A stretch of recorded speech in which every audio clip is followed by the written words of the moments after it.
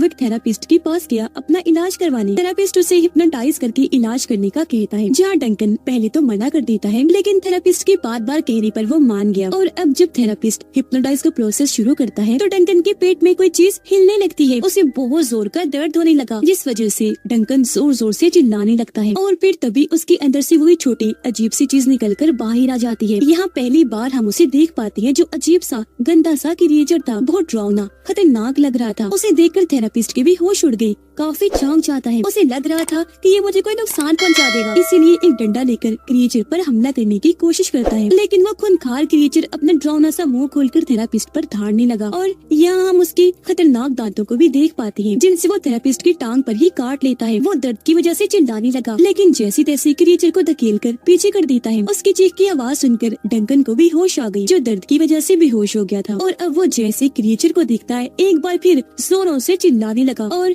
इस चीज का फायदा उठाकर क्रिएचर खिड़की तोड़कर वहाँ से बाहर भाग जाता है। अब डंकन काफी कंफ्यूज था, उसके जहन में कई सारे सवाल थे, जिनका जवाब वो थेरापिस्ट से मांगता है। जब थेरापिस्ट एक किताब निकालकर डंकन को दिखाता और बताता है कि ये जो चीज तुमने देखी एक तरह का क्रिएचर है, जो पहले इंसान के अंदर रहता है, लेकिन अगर कोई दूसरा इंसान उस इंसान को स्ट्रेस या परेशानी दे तो ये क्रिएचर बाहर निकलकर स्ट्रेस परेशानी देने वाले इंसान को बेरहमी से मार देता है। उसने ये भी बताया कि अब वो क्रिएचर तुम्हारे पास जरूर आएगा, तब तुम उससे बात करके उसे शांत करना। इस दौरान तुम्हारे और उसके बीच काफी अच्छा बॉन्ड बन सकता है, यानी तुम दोनों एक दूसरे से दोस्ती कर सकते हो।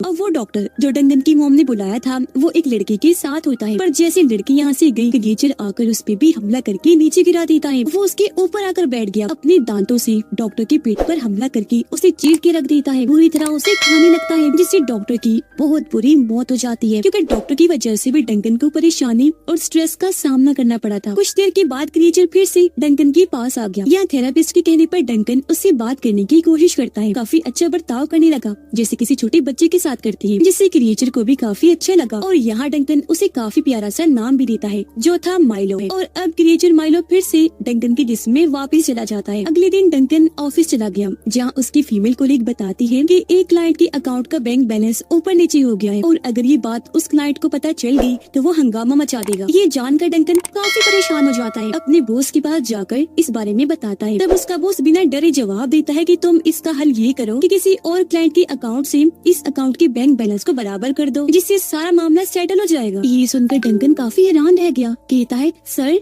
ये आप क्या कह रहे हैं, मैं ऐसा कैसे करूँ, ये काम तो बिल्कुल गैर कानूनी है। उसका बॉस कहता है कि तुम बस ऐसा कर दो और ज्यादा मत सोचो, हम सब कुछ हैंडल कर लेंगे। कुछ देर बाद डंकन की नजर टीवी पर गई, जहाँ खबरें देखकर उसकी आंखें खुली की खुली रह गई, क्योंकि बताया जा रहा था